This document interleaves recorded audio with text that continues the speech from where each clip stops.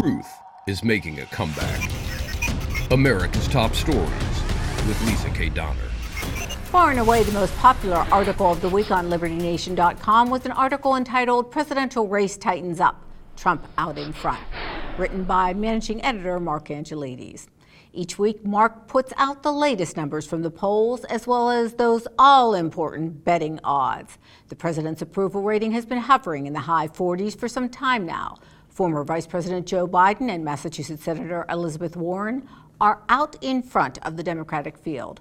While it may seem early, there are a lot of numbers to crunch.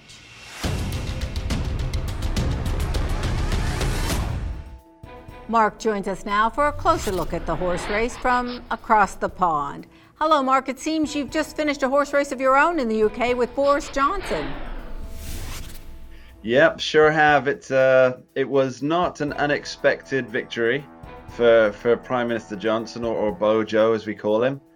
But it's a pretty welcome one to all those who support Brexit. Pretty welcome. All right. Well, I think the people were wildly interested in your story entitled "Presidential Race Tightens Up, Trump Out in Front." So let's go to those ever wacky polls. I remember back in 2015 or so, we would check every morning Pat Caddell, who sadly has passed away, Rasmussen, and the ever-present LA tracking poll.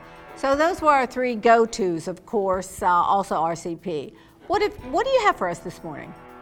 Okay, well, if you start off with your Rasmussen, you're talking about Donald Trump's approval is hovering between 48-49%, which is pretty much where he's been, I think, for the last 4 months. He's around 48 to 50%.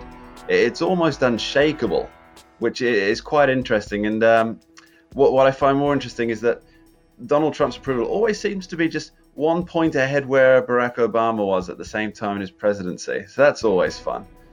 Well, that's very astute. I hadn't thought of that, that it's so close to Obama's. What else are you finding out? Well, do you want to hear about Donald Trump, or do you want to hear about the Democratic race? Well, I guess let's find out who among the Democrats are giving him a little bit of a run for his money. There's really only three who are in the top contenders. You've got Joe Biden, Kamala Harris, and Elizabeth Warren. Everybody else, including Bernie Sanders, despite hanging on for grim death, Bernie Sanders looks like he's on his way out there. And everybody else, so your Pete Buttigieg, your Andrew Yangs, they're just so far behind that there's no help for them. Buttigieg's having real troubles today, and I think this might be his basically his swan song, but he may never have wanted to or expected to get to the top of this. He's a very young guy. I would agree with that. It's more like he's popping his toes in the water to see what it's like. I expect we'll see him again in 2024. Almost definitely, if he hasn't already made a Senate run by then. But yeah, I think that was more an exploratory campaign for him than an actual shot at the presidency. So we have Joe, Kamala, and Pocahontas. Who's zooming who there? I mean, what's happening since the debate? Well, it's really a question of, do you believe the money bettors or do you believe the polls? I believe the money people. Yeah, me too. That's where I go every time as well. The polls, we saw from the 2016 election, polls aren't really to be trusted. So following your money bettors, you've got Joe Biden. He's on 12 to 5 to win the nomination. Kamala Harris 11 to 4. That's pretty close. Elizabeth Warren on 3 to 1. Now, here's the thing. If we can assume that this is going to be a straight race, played down the line, no fanciful juggling on behalf of the DNC in terms of what they do, Biden's the winner. It's completely there. I mean, he's got in most of your polls now, most of the major polls, he's 13, 14, 15, even up to 18 points ahead of his other counterparts in the Democratic Party. In terms of a lead, and in every matchup against Donald Trump in the polls, he wins. But you and I, we don't believe the polls. We believe the money bettors, right?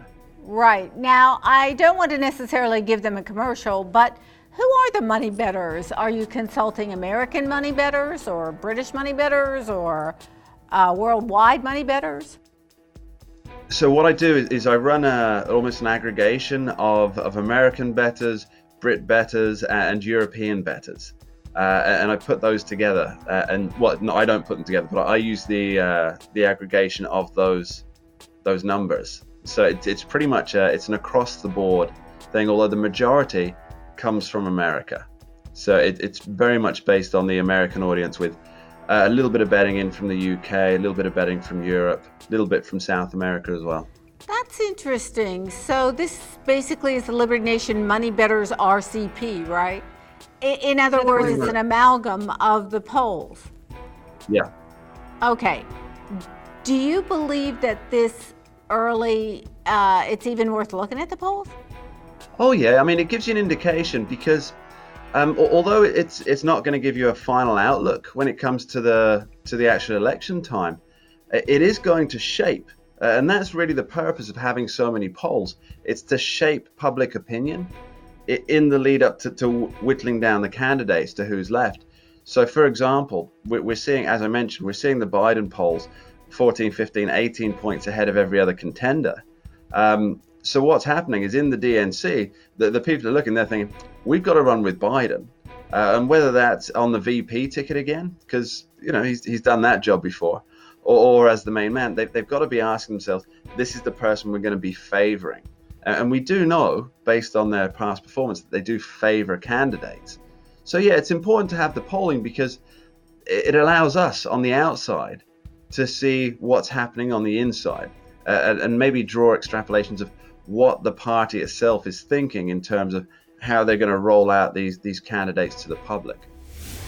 Good stuff. All good stuff. Thank you very much. Managing editor Mark Angelides wrote Presidential Race Tightens Up, Trump Out in Front. Be sure to check it out. Also, every week he is author of Gunslingers for Liberty, which is kind of the top stories of the week. Definitely tune in to LibertyNation.com. Thanks so much for joining us from the UK. Say hi to Boris for me, Mark. Will do. Bye. Truth is making a comeback. Visit us at LibertyNation.com.